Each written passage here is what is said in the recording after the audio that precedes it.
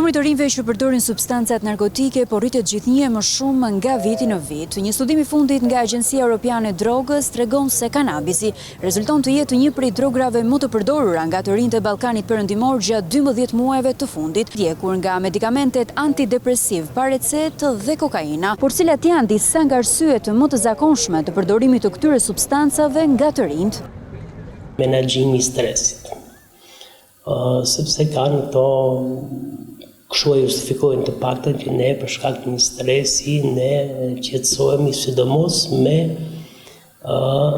kanabisin. Edhe për relaks, pra u duket një farë relaksi, por dhe socializimi. Një pjesë e vogël e përdoren edhe për produktivitet, pra për të qenë sa më produktiv.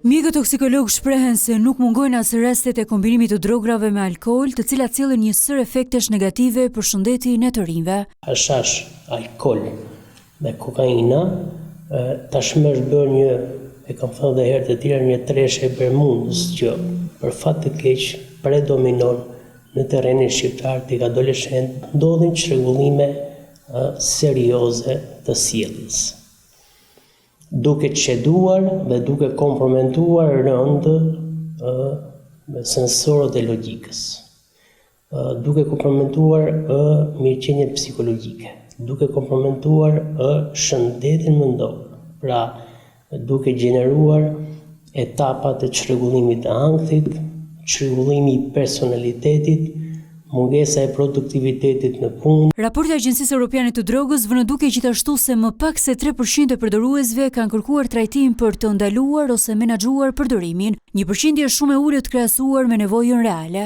Vinë për të kërkuar ndihmë vetëm në rast se ato kanë filluar çrregullime të thella psikotike më tepër apo neurologjike, pra kanë bërë dëme të mëdha, qoftë fizike, qoftë psiqike, dhe për pasojë vinë dhe kërkojnë ndihmë. Por që të vinë një person vullnetar që thotë unë jam i mbarur, pa problematika bashkëshortëse, shëndetësore, mentale dhe fizike, nuk është se vjen kollaj. Mjeku toksikolog Shpëtim Doksani u bën thirrje të rinjve të shmangin përdorimin e substancave narkotike, të informohen më mirë për pasojat e tyre dhe të kërkojnë ndihmë profesionale nëse përballen me varësi, duke theksuar rëndësinë e kujdesit për shëndetin fizik dhe mendor.